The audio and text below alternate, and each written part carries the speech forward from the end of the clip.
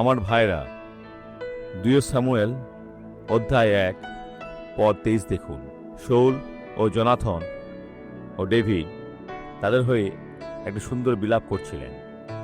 জীবনকালে প্রিয় ও মনোহর ছিলেন, তাহারা মরণও বিচ্ছিন্ন হইল না। যদিও শৌল দাউদের পিছু ধাওয়া করেছিলেন এবং তাকে হত্যা করতে চেয়েছিলেন, দাউদের মনে কোনো ঘৃণা ছিল না। দাউদের ক্ষমা ছিল, তার ঈশ্বর ছিলেন, যদিও শৌলের উপর ছিল শয়তান।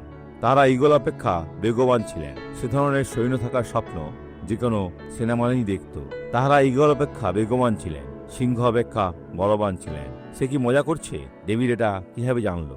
দাউদ এই লোকেদের হাত থেকে পালাতে সক্ষম হন। তার উচ্চতা, রাজা হওয়া এবং 3000 সৈন্যের সেনাবাহিনীতে থাকা ছাড়াও তবুও তিনি কখনো দাউদকে স্পর্শ করতে সক্ষম হননি। ঠিক আছে, আসুন এখন একটি প্রার্থনা করি যিশুর নামে।